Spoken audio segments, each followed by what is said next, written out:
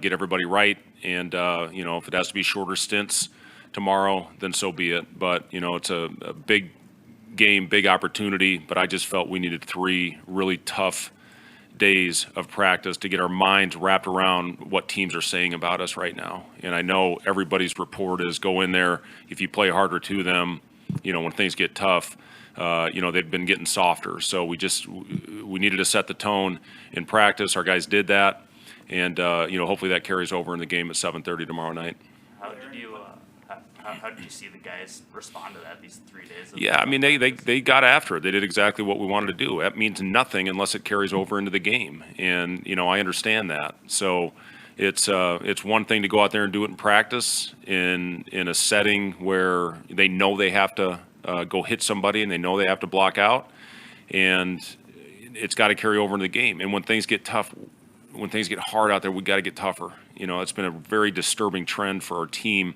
When things have gotten hard out there, we've gone the other way, and we've gotten softer out there on the floor. And you just can't continue on with that and expect to have any type of consistency and expect to win, especially on the road. And for us, we're playing the most physical team in our league tomorrow. One of the most physical teams in the country. It's the #1 team. They've got 1 loss in a road game at Penn State. And it's a team that knows how to win. So if we don't go out there and match physicality, Wisconsin has a way of making you look ugly. They did it to Michigan State twice. That's hard to do, to go out there and out-rebound and out-tough, one of the toughest coaches of all time and in his teams. So, we know what we need to do. They run their stuff. They're extremely efficient, one of the most efficient teams offensively. They're always going to be a great defensive team, but what they're doing offensively right now is very impressive. So we need to go out there and again, be ready for a battle. They're going to screen. We know that. They're one of the best verticality teams. They jump into you on that, and they're really well trained. So we just need to go out there and be really solid and very disciplined, and that will give us a chance. Our older guys did a good job this week, and Rink, we've been pretty limited. He wanted nothing to do with that. He said, don't limit me this week, Coach. I want to be out there. I need to be out there, and he was out there for every rep in practice. So started with him. Josiah again was really good. It was good to have Juwan back out there in live reps, and again, Boogie's had a good couple days. He was good in practice. Kale was good the last few days, and I know Kale's going to go out and hit somebody. I talked to him about being ready, and again, if we're getting out tough, you looking back on it, the first guy I look at after every game is myself. I look in the mirror, what could I have done better? And I needed to have 5 guys out there that were playing more physical than the guys we had out on the floor the other night.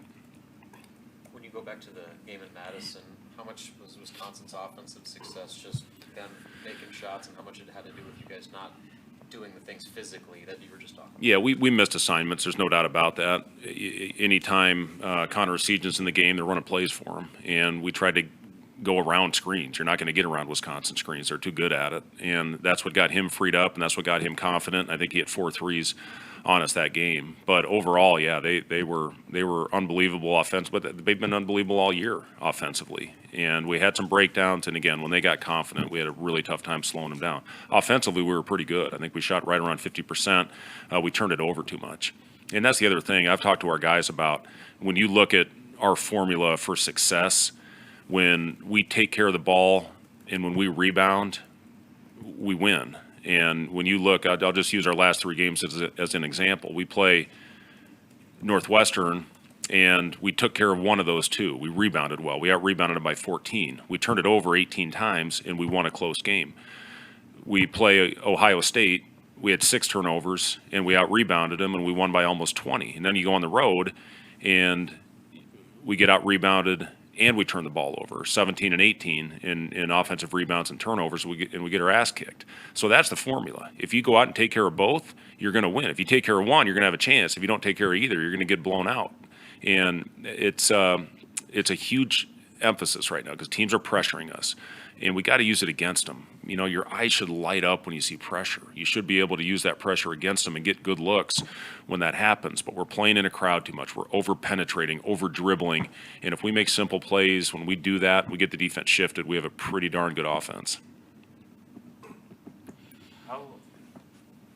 how does, just kind of broadly speaking, preparation change for seeing a team a second time in a season versus the first? Well, you have obviously plenty of examples from the first time of what went well and what went didn't. And offensively, we had some pretty good possessions. Defensively, we didn't have very many. And it's, I guess that's the biggest thing, Wilson, is, obviously you can look back on the first time and then you got to adjust. You got to make adjustments from things that you did well and then obviously things where you got exposed. So that's been the big thing is going back, watching a lot of film. This is the first time we've had 3 days prep, I think, actually on the floor. We had an off day and then had 3 days to prepare. So we were able to watch a lot of film with our team, and now we got to go out and execute the game plan and have scout discipline. And if you do that, we should have a chance. K-State's had a couple quieter games. Is there anything you can do to get him going more? Is that something where you don't want to press that issue, just let it come naturally? Yeah, I mean, obviously he missed a couple where he was all by himself, I think, on 2 of his shots that didn't go in, and that just doesn't happen very often.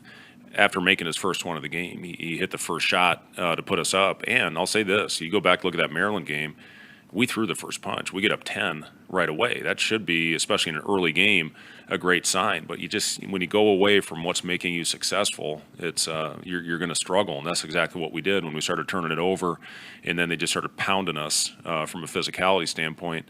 But, we need to do a better job of finding K-State when we're in transition. He had a couple possessions where he was open, and we just didn't have the awareness to find him when we were doing a great job of that earlier in the season. CJ, got it going for us a little bit. I think he was the only guy in double figures for us in that game, but, we need K-State to be aggressive. He obviously takes contested shots, but he can make some of those as well. And, the Northwestern game, I think, was a perfect example. You got to be diligent. You got to keep moving, and eventually you're going to open up and get free space. And that's what he did to hit the game winner against Northwestern, whatever it was, a week and a half ago. So, we need to do a better job of finding him. But the pressure that was applied by Maryland, that made it tough for us to really execute. And when you can't get the ball over half court, it's hard to get a guy a shot. Fred, getting an opportunity to play a top 10 team at home again for a second time this year, how big of an opportunity is for your squad? Yeah, it's huge. And, our guys know that. They read all this stuff that's out there. And, it's a great opportunity to play an unbelievable basketball team. And I'm telling you, Greg Gard has done a phenomenal job with this group, and AJ Storr has been terrific, and everybody. I mean, Klesmet, Chucky's been terrific on both ends.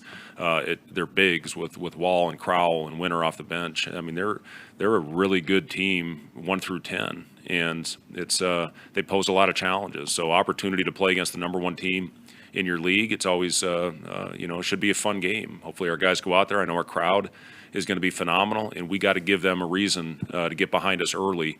And I'm confident our guys will. They've had, like I said, a good week of practice, and if you have any pride from what happened to us on the road last week, you'll bounce back, and you'll play with great effort. And if we do that, again, I know we'll have a chance. With Juwan, how much of it is physical with his recovery, and then how much of it is mental, just given his injury history and what that's seen in prep? Yeah, I don't think there's too much mental, Robin. I just think, for him, once he gets out there and in the flow, I think that will all be in his past. And, he can just go out there and react and play, because it is. I mean, you do have a little bit of that. When you have an injury, he thought the worst, obviously. I mean, he thought it was going to be a season-ending injury. So that did take a toll on him emotionally. And, again, we talked about being careful with him. And, after having a good week, he just wasn't quite ready. And we feel that he's almost there. Whether he goes out there and plays 20 minutes, 5 minutes, no minutes, we'll know that tomorrow. But, he's in a much better place now than he was a week ago. Thanks, guys.